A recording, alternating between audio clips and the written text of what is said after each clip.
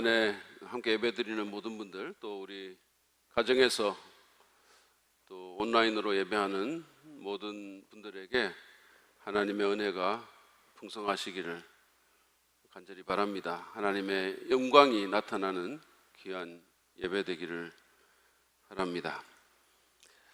오늘 하박국서 강의 5번째 시간입니다.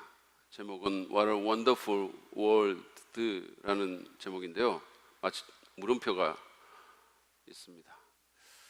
미국의 그 재즈 가수인 루이 암스트롱이 부른 What a Wonderful World라는 제목의 노래가 있습니다. 번역하면 얼마나 멋진 세상인가 라는 제목이죠. I see trees of green 뭐 이렇게 나가는 겁니다. 제가 이거 다는 안 부를 텐데, 가사가 이렇습니다. 푸른 나무들, 붉은 장미가 보이네요. 당신과 날 위해 피어나는 게 보여요. 혼자 생각하죠. 얼마나 멋진 세상인가 하고요. 푸른 하늘과 흰 구름이 보이네요.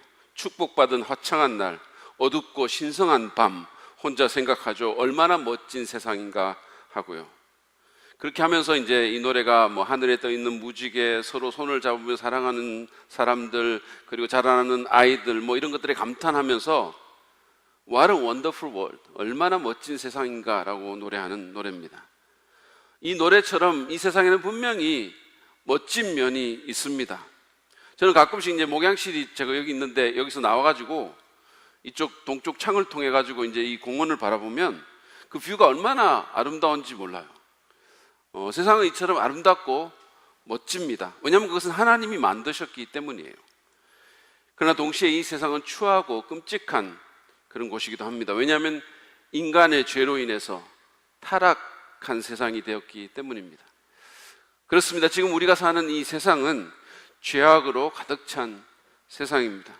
우리는 최근에 미국의 그 백인 경찰이 흑인을 죽음에 이르게 한, 뭐 총을 쏘거나 목을 조르거나 한 그런 사건들을 보면서 미국에 여전히 존재하고 있는 그 인종차별의 민낯을 보았습니다. 그런가 하면 그 차별받는다는 흑인이 또 시위를 하면서 폭도로 변해서 마구 약탈하고 때리고 이런 모습도 봤습니다. 인종차별도 그리고 폭력도 다 죄악입니다. 미국만 그럴까요? 누가 이런 말을 했어요. 미국에는 인종차별이 있지만 한국에는 사람차별이 있다고. 우리 안에도 온갖 종류의 차별과 따돌림과 갈등과 질시가 있습니다. 지난주 우리 윤 목사님 부부가 그 장모님 건강 문제로 지방에 좀 갔다 왔는데, 경기도에서 왔다고 하니까 거기 들어오지도 못하게 하고 막 말도 못하게 했다는 거예요. 이 경기도 사는 사람으로서 들으니까 상당히 불쾌했어요. 우씨 경상도 막 이런 생각이 막 들려고 하는 찰나에 저도 경상도 출신이라 이렇게 더는 못 나가겠더라고요.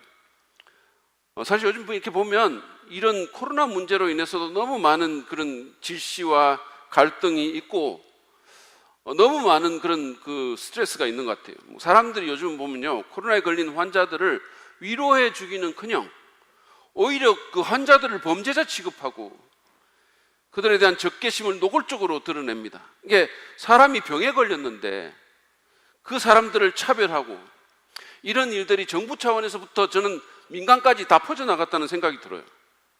그래서 사람들이 이 코로나 자체보다 차별이나 적대감을 더 두려워하는, 뭐 어떤 단체나 직장에서 1호가 될까봐 너무 스트레스 받는다는 거예요. 그런가 하면은 무슨 마스크 때문에 또 시비가 붙어가지고 마구 욕을 하고 사람을 때리기도 하는 이런 일들이 지금 대한민국에서 일어나고 있습니다. 이런 것들이 다 죄악인데 이거는 그냥 빙산의 일각에 불과합니다. 사실 인간의 모든 죄악들을 다 열거하려면 이거 설교 시간 다 해도 완전히 부족할 거예요. 정말로 세상은 죄악으로 가득 차 있습니다. 이렇게 죄악으로 가득 찬 이 세상을 우리가 살아가면서 그리스도인으로서 어떻게 살아야 될까요? 우리는 이 죄악 가운데서도 이 죄악을 이기고 승리할 수 있을까요? 오늘 우리가 다룰 주제가 바로 그런 주제인데, 하박국서 2장 5절부터 14절 우리가 읽었던 그 본문 말씀을 통해서 그 주제를 좀 다루어 보려고 합니다. 먼저 우리는 세상의 죄악에 대해서 분노할 때 죄악을 오히려 이길 수 있습니다. 하박국서 2장 5절부터 20절까지, 오늘 우리가 14절까지만 읽었지만 20절까지는 5가지 화의 말씀을 중심으로 악인에 대한 고발과 심판을 다루는 내용입니다. 다시 말해서 내용적으로는 이 5절부터 20절까지가 한 유닛이라는 거예요.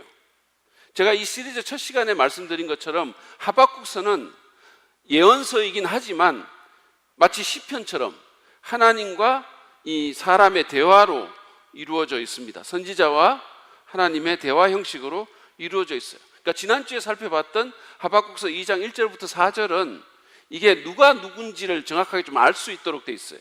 1절은 하박국의 말이고 2절부터 4절은 하나님의 말씀이었었어요. 그렇다면 거기서 이어지는 5절부터 20절, 이 한 유닛은 누구의 것일까요? 이것은 하박국 2장 1절부터 4절 말씀처럼 명확하지 않아요. 학자들의 의견도 엇갈립니다. 그러나 저는 이것이 하박국 선지자의 말이라고 봅니다. 그 이유는 2가지인데, 이 유닛 가운데 14절, 16절, 20절에서 주님을 일컬을 때, 여호와를 일컬을 때 3인칭으로 언급되어 있다는 점이에요. 그러니까 하나님이 나라고 말하는 게 아니라 3인칭으로 언급되어 있다는 얘기입니다. 세번역은 20절을 보면 나 주가 거룩한 성전에 있다, 온 땅은 내 앞에서 잠잠하여라 라고 번역을 해서 1인칭으로 번역을 했는데, 원어 성경은 그렇게 되어 있지 않아요. 오히려 개역 개정이 그런 것처럼 3인칭으로 되어 있습니다. 즉 오직 여호와는 그 성전에 계시니 온 땅은 그 앞에서 잠잠할지니라가 옳은 번역이에요. 다시 말해서 하나님 자신의 말씀이 아니라 선지자가 하나님을 가르쳐서 하신 말씀이라는 뜻입니다. 또 하나 이 본문이 하박국의 말이라고 생각할 수 있는 것은 이 본문이 시작하는 5절이 참으로라는 말로 시작이 돼요. 그러니까 히브리어로는 아프라는 건데, 근데 불행하게도 우리말 성경에는 이게 반영이 안 돼 있어요. 그러나 원어 성경은 참으로 그렇습니다 이런 식으로 시작이 돼요. 그 말은 2장 4절 전반부에서 하나님이 악인에 대해서 말씀하신 것을 하박국이 받아가지고 확장한다는 뜻입니다.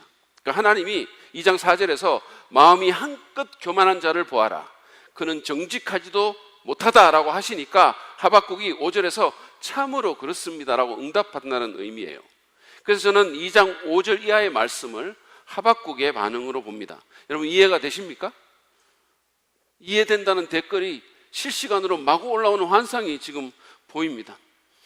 제가 이 영상 설교 오래 하다가 사람이 좀 이상하게 되겠다는 생각도 했어요. 어쨌든 지금 하박국은 세상의 죄와 악에 대해서 5절부터 해서 심히 분노하고 있는 거예요. 그래서 그는 악인들에게 화가 있으리라라는, 세번역으로는 너는 망한다라는 저주를 지금 퍼붓고 있는 거예요. 그래서 6절부터 8절까지는 남의 것을 빼앗아서 자기 것을 삼은 자에 대한 저주입니다. 6절 말씀을 한번 보시죠. 세번역 읽습니다. 정복당한 자, 모두가 빈정대는 노래를 지어서 정복자를 비웃으며 비웃는 시를 지어서 정복자를 욕하지 않겠느냐? 그들이 너를 보고 남의 것을 긁어모아 내 것을 삼은 자야, 너는 망한다 할 것이다. 빼앗은 것으로 부자가 된 자야, 네가 언제까지 그럴 것이냐? 이렇게 돼 있어요. 여기에 정복자는 1차적으로 바벨론을 의미합니다. 선지자는 바빌론을 비양심적인 악덕 전당포 주인에 비교하고 있어요. 그러니까 개역개정에 보면 담보물로 이렇게 돼 있거든요. 그러니까 남의 담보를 받아가지고 그걸로 이익을 취하는 겁니다. 그들은 자신의 전리품을 위해서 잔인한 방법으로 열방의 재물을 빼앗아 왔어요. 그래서 남에게 빼앗은 걸로 자기의 재산을, 자기의 욕심을 채우는 겁니다. 오늘날도 남의 것을 빼앗아서 자기 욕심을 채우는 사람들이 적지 않습니다. 외국인 노동자들 죽도록 일시키고 그들의 약점을 이용해서 임금 착취하고 임금 안 주는 사람들, 또는 무슨 악덕 사채업자들, 그런 사람들이 이런 경우에 해당합니다. 9절부터 11절까지는 부당한 이득을 탐내는 자에 대한 저주입니다. 9절을 보시죠. 그들이 너를 보고 내 집을 부유하게 하려고 부당한 이득을 탐내는 자여, 높은 곳에 둥지를 틀고 재앙에서 벗어나려 하지만 너는 망한다 할 것이다. 이 사람들은 부당한 이득을 취해가지고 부자가 되었고 자기 집을 높은 데, 좋은 데 지었던 겁니다. 어떤 목사님은 이 구절을 읽으면서 자기가 추구하는 세상은 누구나 일한 만큼 받는 세상이라고 그렇게 얘기를 했어요. 불의로 막 재물을 긁어 모아가지고 그래서 자기는 높은 데 집 지고 그렇게 살고, 어떤 사람은 그것 때문에 빼앗겨가지고 막 허덕이면서 사는 게 아니라 누구나 일한 만큼 버는, 받는 세상이 자기가 추구하는 세상이다 그렇게 말했어요. 그래서 그분은 자기가 제일 싫어하는 단어 중에 하나가 대박이라고 했어요. 여러분은 이 단어 좋아하십니까? 저는 솔직히 전에 책 낼 때 하나님께 대박 나게 해달라고 기도한 적이 있어요. 그러니까 근데 그분 목사님 말씀을 듣고 나서 약간 죄책감이 들기도 했어요. 그리고 요즘 이 대박이라는 말은 또 뭐 헐과 함께 감탄사로 많이 쓰기도 하잖아요. 그렇죠? 그러니까 뭐 좋은 거 보면 대박 이렇게 얘기해가지고 이게 무슨 뜻인지 우리가 정확하게 잘 모르고 가언이 정도만 돼도 이렇게 보면 대박 이런 말을 하거든요. 그러니까 근데 원래 이 단어는 큰 이득을 보거나 횡재했다는 뜻이에요. 일확천금의 다른 용어라고 할 수 있죠. 노름판에서 큰 돈을 땄을 때 이 단어를 쓴다고 합니다. 하박국은 이런 대박을 꿈꾸는 자에게 저주를 선포하는 거예요. 불의한 방법으로 재물을 모으고 그래서 자기만 높은 데 집 짓고 잘 사는 사람들. 12절부터 14절까지는 피로 마을을 세우며 불의로 성읍을 건축하는 자에 대한 저주입니다. 12절을 보시죠. 그들이 너를 보고 피로 마을을 세우며 불의로 성읍을 건축하는 자야, 너는 망한다 할 것이다. 바벨론 제국의 이 도성들은 노예가 된 백성들의 피와 땀으로 건축되었죠. 그래서 살인과 피 흘림과 압제와 독재가 이 건설 계획에 사용된 도구였습니다. 바벨론뿐만 아니라 사실은 역사상 모든 제국들이 이런 방식으로 자기들의 국가를 더 크고 견고하게 건설했어요. 오늘날 사람들이 관광하는 무슨 만리장성이니 뭐 그런 것들이 다 정말로 어려운 사람들의 피로, 압제로 그렇게 건축된 거죠. 그들에게 화가 있을 거라고, 망할 거라고 얘기합니다. 그리고 다음 주에 제가 다루겠지만 15절부터 17절은 수치스러운 행위에 대한 저주입니다. 그리고 18절부터 20절은 우상 숭배하는 자에 대한 저주예요. 하박국은 지금 자기의 그 세상에서 벌어지는 온갖 죄와 악에 대해서 개인적이든 국가적이든 그 죄를 보면서 분노하고 있는 거예요. 우리도 이 하박국처럼 죄와 악에 대해서 분노해야 됩니다. 세상의 죄악과 불의와 부조리를 보면서 그걸 당연하게 생각해서는 안 되는 거예요. 미국에 살 때 우리가 이제 우리 학생들이 가던 치킨집 같아요. 그러니까 치킨집이 인종차별을 한다는 그런 논란이 있었습니다. 그래서 우리 한국 학생들이 막 씩씩대면서 그 집에 안 가야 된다라는 말이 막 오고 갔을 때 한 사모님이 저희 집 사람한테 그 집이 싸다면서 자기는 그 집 가겠다고 말을 했다는 그 말을 제가 들은 적이 있어요. 그러면서 그 사모님이 뭐라고 말했냐면 나는 돈만 싸면 돼요. 차별하면 나도 지들 차별하지 뭐. 이랬다는 거예요. 멘탈 하나만은 정말 갑입니다. 자기 뭐 경제적인 실리 챙기고 만약에 누가 차별하면 자기 차별하겠다는 거지. 근데 여러분, 제가 말한 포인트는 뭐냐면 내게 피해가 없다고 가만히 있지 말고, 뭐 세상에서 벌어지는 압제나 독재가 내게 당장 피해가 없다고 그냥 넘기지 말고 죄악과 불의에 대해서 분노하기 바랍니다. 문제의식을 가져야 되는 거예요. 이런 일이 있어서는 안 된다고 생각해야 되는 거예요. 인종차별에 대해서, 사람차별에 대해서, 탐욕에 대해서, 가진 자의 갑질에 대해서, 권력자들의 내로남불과 위선에 대해서, 폭력과 방종과 거짓에 대해서, 그리고 그의 수많은 악에 대해서 우리는 불쾌감과 분노를 표현해야 돼요. 제가 언젠가 어디서 한번 읽었는데 이 가정 안에서도 뉴스를 보면서 거기 막 부조리나 불이나 이런 이상한 말도 안 되는 얘기들이 나올 때 그 아버지나 부모가 분노할수록 아이들이 정의감이 더 강해진다는 말을 읽은 적이 있어요. 그냥 보지 말고 분노해야 돼요. 말도 안 되는 일이 일어나고 있으면 말이 안 된다고 말해야 되는 거예요. 그게 누구든 간에. 제가 말씀드리는 것은 죄를 지으라는 말이 아니라 의분을 가져야 된다는 거예요.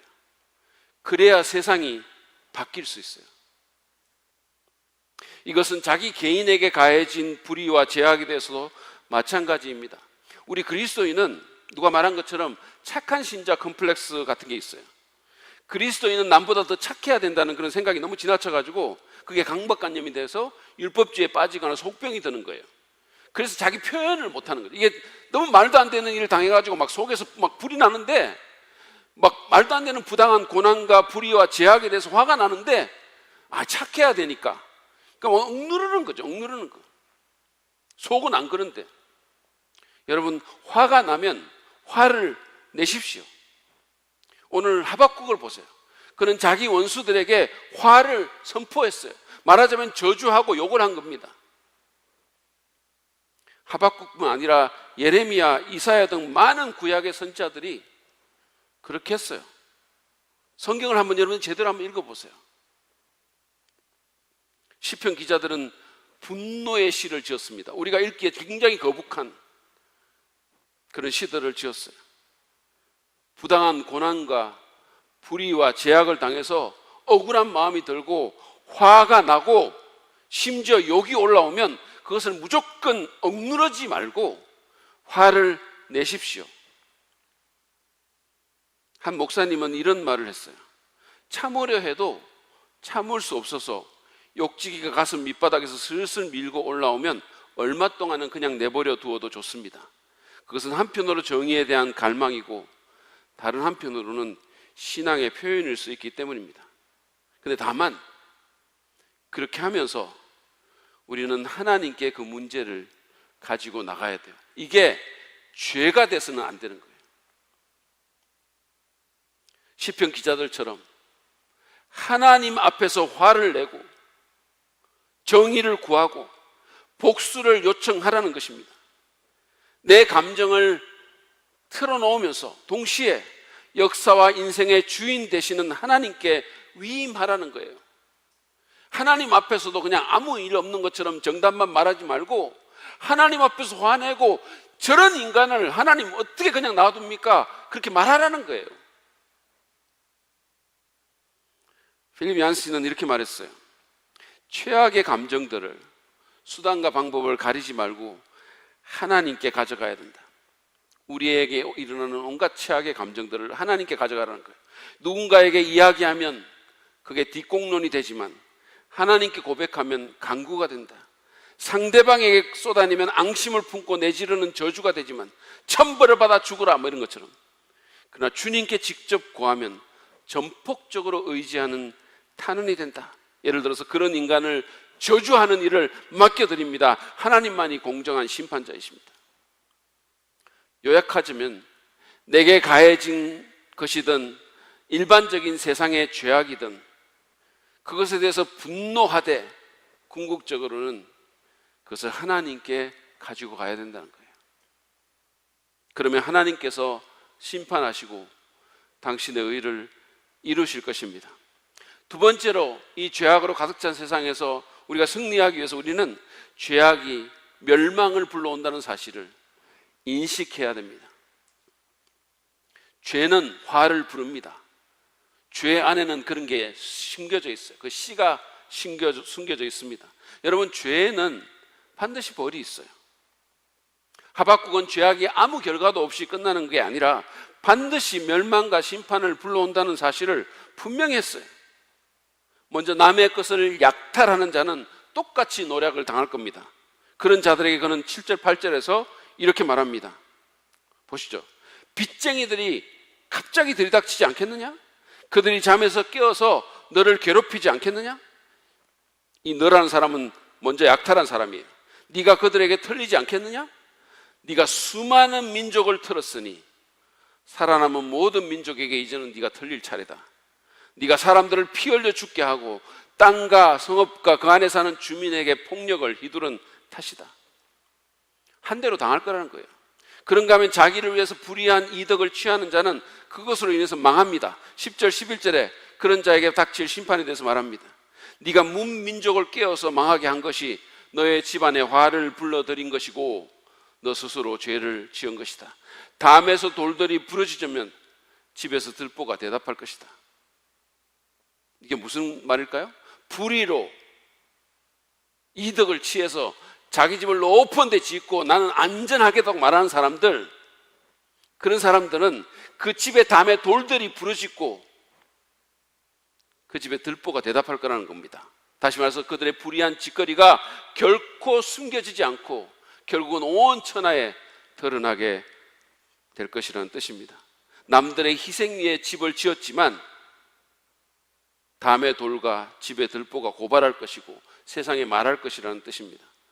지금도 법망을 교묘하게 피하면서 자기가 가진 힘을 갖고 마음껏 죄를 짓는 자들은 언젠가 그들의 죄가도 다 드러나게 될 거라는 거예요. 피와 폭력으로 도시를 건설하는 이들의 도시는 허망하게 곧 망한다고 또 말합니다. 13절을 보시죠. 네가 백성들을 잡아다가 부렸지만 그들이 애써 한 일이 다 수고가 되고 그들이 세운 것이 다 불타 없어질 것이니 이것이 바로 나 만군의 주가 하는 일이 아니겠느냐? 이 말처럼 바벨론은 그렇게 없어졌어요. 이 땅에서 흔적도 없이 사라졌습니다. 역사의 잿더미가 되어버렸어요. 다음 주에 저희가 보겠지만 남에게 수치를 주는 자도 자기도 그렇게 될 거고, 우상을 숭배하는 자들은 자기들도 그 우상처럼 생명 없는 삶을 살게 될 것입니다. 이처럼 죄는 그 안에 멸망의 씨앗을 지니고 있습니다. 죄악을 저지른 자는 일시적으로 괜찮을지 모르지만, 그래서 그 안에 어떤 씨앗이 숨겨져 있는지를 모르지만, 그 죄악의 행위로 지금은 떵떵거릴지 모르지만, 세상 무서운 줄 모르고 설치될지 모르지만 결국은 그 죄에 상응하는 보응을 받을 것이라는 말입니다. 만군의 주를 피해갈 수는 없을 것이라는 뜻이에요. Catch Me If You Can 이라는 영화가 있었죠. 프랭크 에브게네일이라는 사기꾼의 실화를 다룬 영화입니다. 여기 여러분 포스터에 보시면 레오나르도 디카프리오가 그 주인공인데, 이 사람 리즈 시절에 찍은 영화예요. 그러니까 사기꾼이 너무 꽃미남이라 가지고 그를 응원하게 되는 이런 부작용이 좀 있는 영화예요. 이 사람은 페넴 항공기의 조종사, 하버드 의대 수석 졸업 의사, 예일 법대 출신 변호사로 둔갑해서 사기를 치고 다닙니다. 파일럿을 사칭해가지고 모든 비행기에 무임승차하는 것은 물론이거니와 50개 주의 미국의 모든 은행을 순회하면서 무려 1965년도에 140만 달러를 사기를 쳤어요.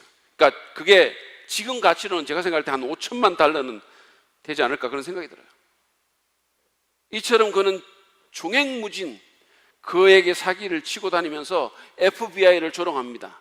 사기치고 다른 범죄 행위 저지르면서, 그러면서 잡을 수 있으면 한번 잡아봐. Catch me if you can. 그러고 다니는 거예요.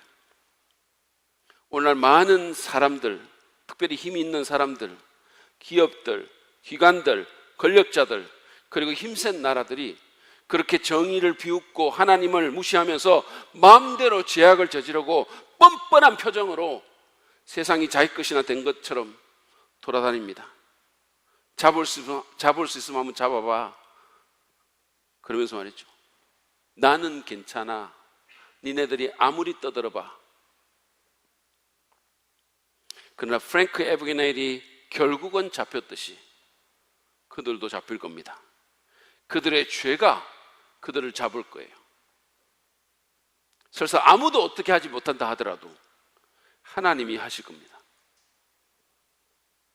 죄악으로 가득 찬 죄인이 떵떵거리는 이 세상에서 살다 보면 우리도 죄에 익숙해지고, 그리고 우리도 그 죄악에 직간접적으로 참여할 가능성이 많죠.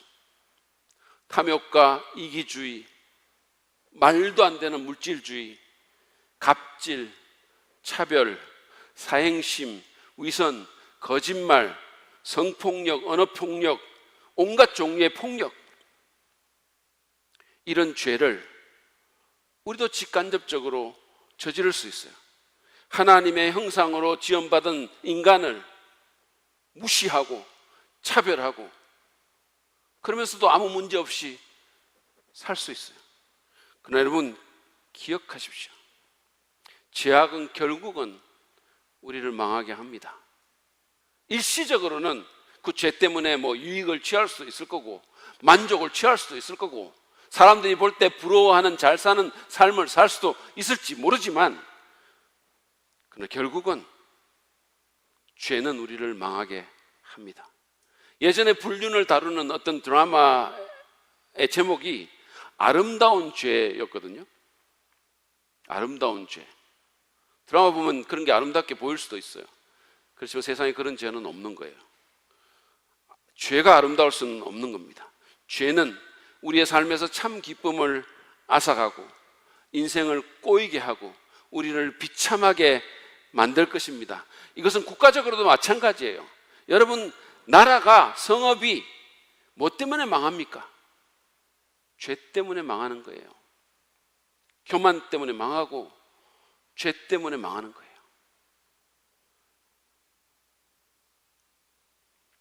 예수님을 믿는 그리스도인의 경우도 마찬가지입니다. 물론 우리는 하나님의 심판을 받아서 지옥에 가지는 않습니다. 우리가 진짜 구원받았다면. 그러나 하나님이 우리를 사랑하시기 때문에 만약에 회개하지 않는다면 그분은 우리에게 징계의 회초리를 드실 겁니다. 내가 죄를 짓는데도 아무 일도 안 일어난다? 계속 회개하지도 않고 계속해서 죄를 짓는데 아무런 문제가 없다? 그러면 진짜 위험한 거예요. 그럼 여러분이 정말 하나님 자녀인지 아닌지 심각하게 고민하셔야 돼요. 죄에는 불행과 멸망의 씨앗이 숨겨져 있습니다. 물론 우리는 그리스도인이기 때문에 우리 죄는 용서받아요. 왜냐하면 예수님께서 우리의 죄의 값을 다 받으셨기 때문입니다. 그러나 용서받는다고 해서 죄의 결과가 없다는 뜻은 아닙니다. 여러분, 그리스도인도 물리적인 사고가 나잖아요. 그러면 그 결과를 당하는 거예요. 그리고 그게 낫고 나도 흉터가 생기듯이 비록 용서받는다 해도 죄는 우리를 아프게 만들고 내 삶에 흉터를 남길 것입니다. 영적인 생채기가 남는 거예요. 그러므로 죄를 경계합시다. 세상의 죄악만 볼 게 아니라 내 안의 죄악도 그저 보아 넘기지 말아야 돼요. 우리가 세상의 죄에 대해서 분노하면서 내 안의 죄를 안 보면 이거 완전 내로남불이고 이게 위선이라는 거예요. 내 안의 죄악에 대해서도 문제의식을 갖고 그 죄를 미워해야 됩니다. 그 죄가 내 삶을 불행하게 하고 나를 넘어지게 하고 나를 망하게 할 것임을 인식하고 단호히 다뤄야 되는 거예요. 이것은 가정에서도 그렇고 교회에서도 마찬가지예요. 교회 공동체 안에 죄가 있으면 그 교회는 세워질 수 없어요. 관계적인 죄든지 그게 어떤 죄든지. 그래서 우리가 주 앞에서 회개해야 되는 겁니다. 날마다 내 마음을 먼저 살펴봐야 되는 거예요. 그래야 죄악으로 가득 찬 이 세상에서 우리가 승리하며 살 수가 있습니다. 마지막으로 우리는 하나님의 영광을 바라볼 때 그 영광을 기대하고 그 영광을 경험하고 그 영광을 소망할 때 우리는 죄악으로 가득 찬 이 세상에서 승리할 수 있습니다. 바벨론의 불의에 대한 저주를 선포하던 하박국 선지자는 14절에서 돌연 이렇게 말을 해요. 바다에 물이 가득하듯이 주의 영광을 아는 지식이 이 땅 위에 가득할 것이다. 우리에게 익숙한 개역개정을 한번 읽어볼까요? 이는 물이 바다를 덮음같이 여호와의 영광을 인정하는 것이 세상에 가득함이라. 거만한 바벨론 제국들과 그 안의 사람들은 잠시 그 영광을 뽐내면서 거만을 떨다가 결국은 지구의 한 구석에서 잿더미로 종말을 볼 것입니다. 그렇게 봤습니다.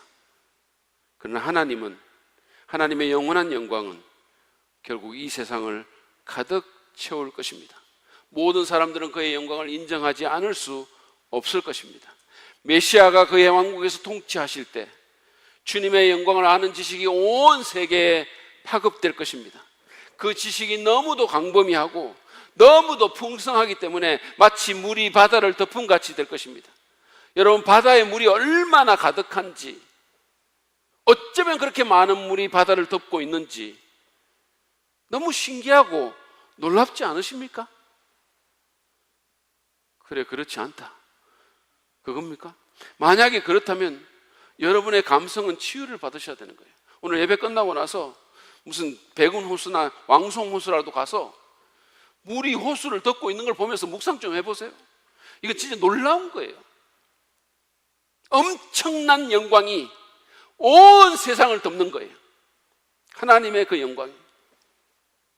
하박국은 바벨론의 제약에 몸서리를 치면서 그것을 저주하다가 너무 화가 나서 견딜 수 없어 하다가 선지자적인 해안으로 하나님의 영광이 가득 찬 그때를 미리 본 것입니다. 그것만이 진짜 실제이고 영원한 것임을, 그리고 그것이 자신의 참된 미래임을 깨달은 거예요. 여러분, 무언가의 영광을 보는 것이 우리에게 얼마나 영감을 주고 힘을 주고 우리 삶에 영향을 주는지 아십니까? 가짜 영감이지만 약간 장동건의 영감만 보고 와도 사람들의 얼굴에 생기가 돌아요. 달라요, 다릅니다, 막 이러는 거예요. 거룩하다는 얘기죠, 다른다는 게. 후광 봤어요, 진짜 있어요, 뭐 이런 사람도 있어요. 제가 어느 책에서 우주선 발사 장면을 본 사람들의 얘기를 읽은 적이 있습니다. 혹시 우주선 발사 장면을 직접 본 분 혹시 계십니까? 우리 온라인 우리 성도들 중에. 이게 미국의 플로리다의 케네디 스페이스 센터에서 우주선이 발사하는데 어떤 사람이 거기 가서 직접 그걸 본 거예요. 이런 겁니다. 영상 한번 보여주시죠. 먼저 우리가 감을 한번 잡기 위해서. 12, 11, 10, 9, 8, 7, 6, start, 2, 1, booster ignition, and liftoff of the Space Shuttle Discovery, returning to the space station, paving the way for future missions beyond. Well, for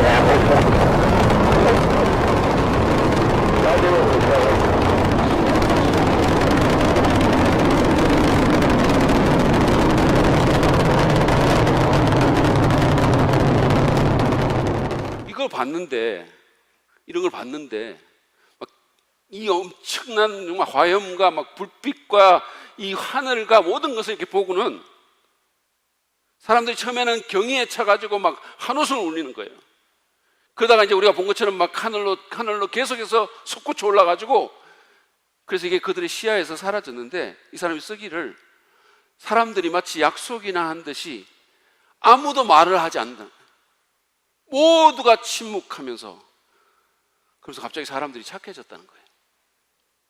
주위에 쓰레기 막 줍고 너무 겸손하게 돼가지고 사람들이 그 자리를 그렇게 떠나갔다는 겁니다.